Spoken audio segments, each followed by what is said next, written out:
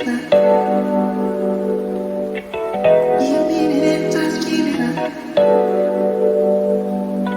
right, so we are here at Black Tech Weekend. You know, there's a lot of who's who are in this space, and right now we are talking with one of them, the one and only Everette Taylor, who is the CEO of Kickstarter. Welcome, man. It's good to be talking with you. Yeah, thank you so much, man. It's great to be here in Cincinnati. It's my first time.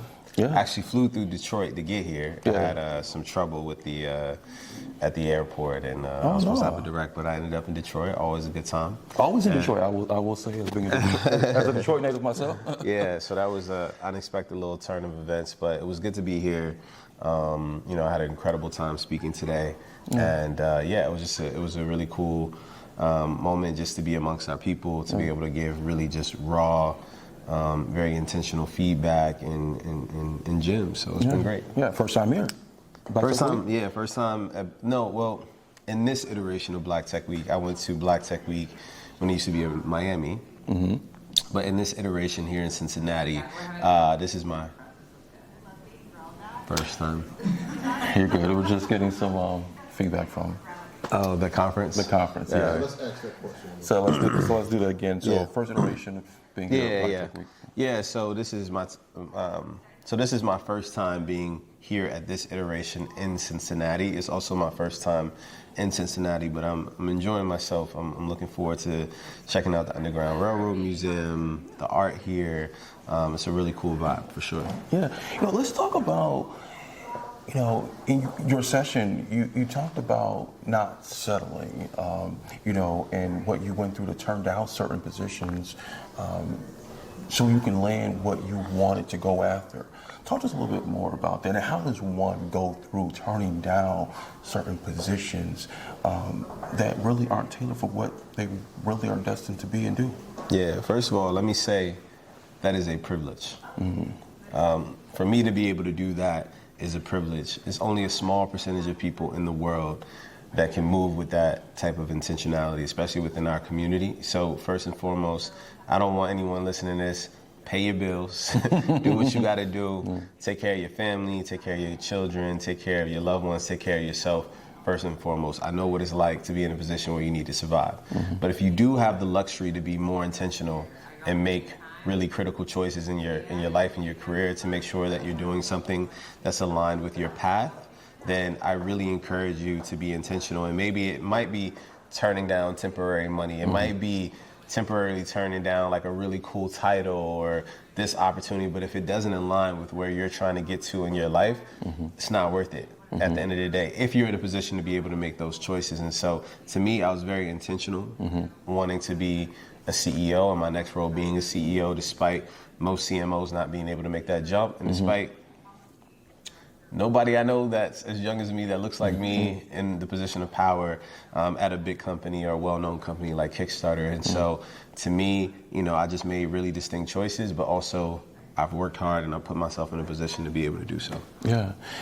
And being in a position to do so, as CEO, you know, Kickstarter has been an impactful platform to many entrepreneurs or startups, people who are seeking support for their endeavors, right? Yep. How do you see the vision of Kickstarter now and moving forward? That's great. You got some great questions, man. Thank you. This is why I rock with Black media, man, because I be getting some of the most generic questions sometimes. Listen, man, like, the future of Kickstarter is a more diverse platform. It's a platform that's bigger, grander, that's supporting more people. I'm such an impact-focused person. It's more than just the revenues and the numbers. That stuff will come. But for me, right now, what I'm personally focused on, creating a platform where people like us can feel comfortable and feel like we can be successful on the platform. I'm trying to create a platform where innovation continues to happen. I want to create a platform where the greatest and biggest ideas. You got Issa Rae that's speaking here at Black Tech Week, right? She started on Kickstarter. I was going to ask that. Like, Yeah, you know, that was a useful tool and platform and how she used it. And so when people look at that, like if Issa Rae can do it and lend and be that support for someone like her, then the opportunities are bountiful for someone who is considered a no-name ID, being able to use this platform as a funnel or tool to be the next Issa Rae or to be the next whomever. That's what I'm inspired by, is to find the next 10, 20 Issa Raes, to find the next 10, 20 Pelotons and things like that, and Oculuses and all those things. And what's beautiful about Kickstarter is that it takes humility, because it's not necessarily that you don't have it. There's so many white people in the world that have it and use other people's money. So why can't we? Why can't we do the same thing? And so there's this misconception about Kickstarter as being a place where you need money. We're not GoFundMe, right? Like you don't, it can be a place if you actually need the funds, you don't have it, but also for people like myself or, people that have resources, it's also a great way to galvanize your community, get them to support you, and bring the things that you want to bring to life. It's not necessarily about just the upstarts, it's really for everybody.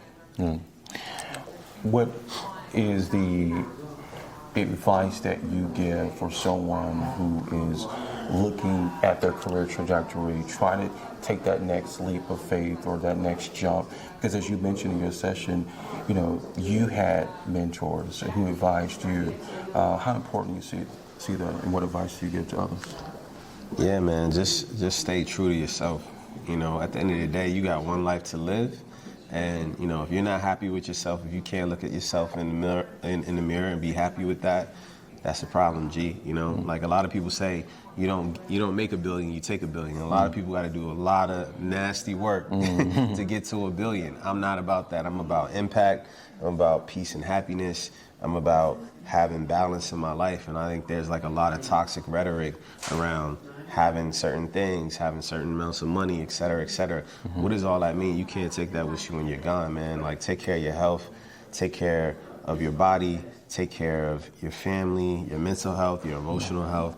That's the stuff that really matters at the end of the day, because you can make all the money in the world and you're not right within, So make sure you're doing that.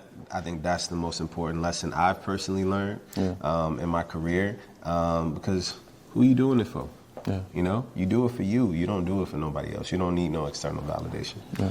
I love it, man. Cool, man. Thanks so much for your time. Yeah, appreciate it. Everette Taylor, CEO of Kickstarter, here at Black Tech Week.